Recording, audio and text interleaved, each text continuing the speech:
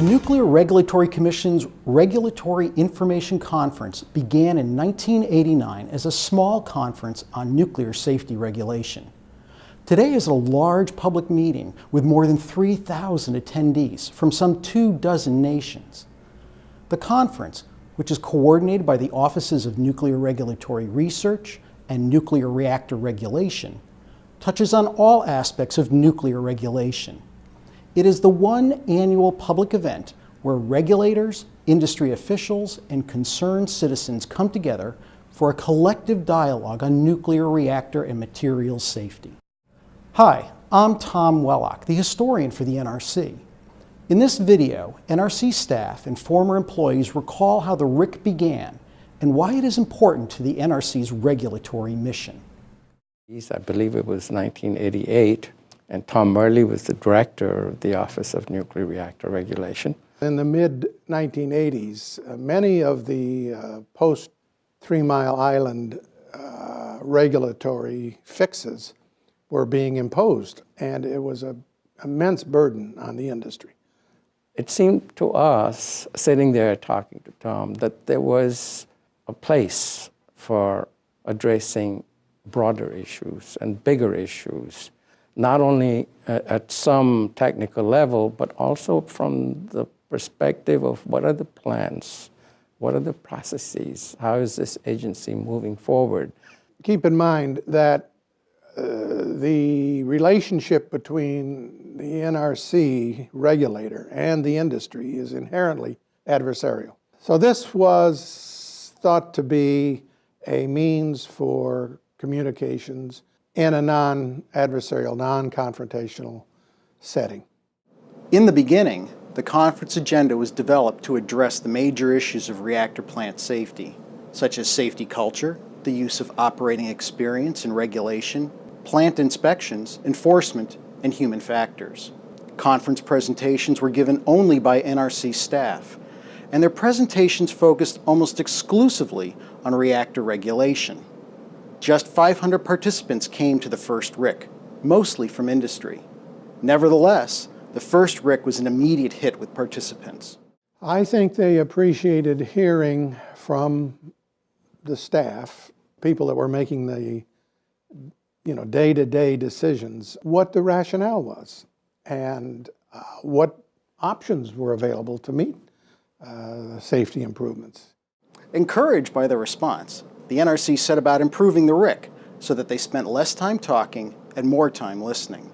In 1990, industry representatives were invited to participate in discussion panels, which is still a key feature of the conference today. RIC participants were keenly interested in policy issues as well as regulatory matters. As a result, the NRC chairman and commissioners were more prominently featured in plenary sessions. Industry critics also joined some panels. Last year we had a session on spent fuel storage. We had a member from the Union of Concerned Scientists who raised a number of technical issues. And the perspective that he brought, I think, helped clarify in the staff's mind different issues that they needed to be to make sure that we can explain what we're doing to ensure that those issues are not safety issues. New issues, especially in a post-9/11 environment, have brought the spotlight on additional perspectives, including state and local officials who are part of emergency preparedness and incident response for the plants in their communities. Following 9/11, the next major crisis was Hurricane Katrina. Most of the public probably is not aware, but Hurricane Katrina impacted 3 nuclear power plants. And because of the work that we had done based on 9/11 and the outreach, we were prepared. We were much better prepared for Hurricane Katrina. We brought everybody to the Regulatory Information Conference, and we had sessions where we had people from St. Charles Parish, local responders, came and gave presentations.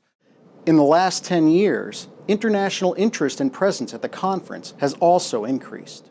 When I first became Director of International Programs and I started to travel more extensively, it struck me how impressed the international community was by the RIC and how effective they found their visits. Many foreign countries in the new reactor area had never stopped. They actually had better interest and information for developing new reactor construction programs, more implementation of advanced designs than the U.S. had, since we had not really been building plants for several years. And so what that facilitated was us learning from the international community. In my interactions with the international community, they've expressed to me that there are really three aspects that are of significant benefit to them.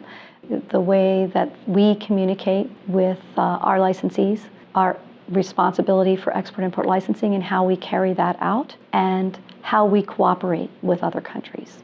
I don't know of any other country that has such dialogue amongst all the stakeholders like we have here in the U.S. A few years ago, they had seen such a benefit to our RIC that they wanted to develop one in Europe. While the conference began as a way for the agency to speak to its constituents, it has also improved communication within the NRC, particularly between the headquarters and its regional offices. There was a wide gulf between the headquarters offices and the regional staff. They just ignored each other pretty much. That had to change. And so I deliberately invited the regional administrators and made them an integral part of these conferences from the very beginning. And I think it worked. Well, during the time that I was regional administrator, we were really implementing the reactor oversight process. And that was a major revision to the way we regulated licensees, particularly in our inspection areas. It really served a good dialogue to make sure we implemented it consistently. NRC safety research benefited from the greater visibility offered by the RIC. I think it really enhanced our ability to get our message out to the nuclear community. A lot of people may ask, why does NRC have an Office of Research in the first place? And I think this gave us an opportunity to show how the research was integrated into the regulatory structure of the agency, how it contributed and how we work hand in hand with the regulators to provide them with the information they need to make their regulatory decisions. As the conference expanded in scope, the audience grew as well. By 2004, it had nearly tripled in size, with almost 1,400 participants. New venue, new communication tools, and the use of advanced technology make the RIC more accessible to public participation. One of the things that we did was we moved the conference. It facilitated additional breakout sessions. It facilitated a greater plenary sessions. And when we merged with research, I think one of the things that they did that we hadn't been doing was what they call the poster board sessions, or having the panels during breaks where licensees, members of the public could in fact come and look at key topics. And so it really became a very large-scale information exchange. We want it to become more and more accessible to the public. Now, of course, the RIC is open to the public. It's free. All we ask is that folks register. But to make it even more accessible, we've done a number of things using technology where we're doing web streaming. People can watch our plenary sessions live. They can watch the commissioners speak. We do a number of different sessions where you can watch it on live, or you can go to our website and we have those sessions archived so the public can see it after the fact.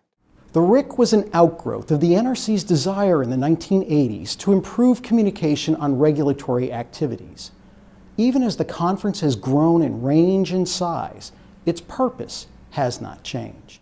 Now, looking back after 25 years, I think, from my point of view, it's been a great success. It's done what we set out to do, which is to have a dialogue. If you're looking at broad operating issues, RIC is the place. I think bringing all these people together, diverse folks with a different perspective on the issues, getting to hear what does the industry think about the issue, what does the public, the interested members of the public think, what are the international regulators doing about the issue? I think hearing all those perspectives helps the staff focus better on the safety issue at hand. It helps us get to a better answer. I think that's what makes the RIC so valuable.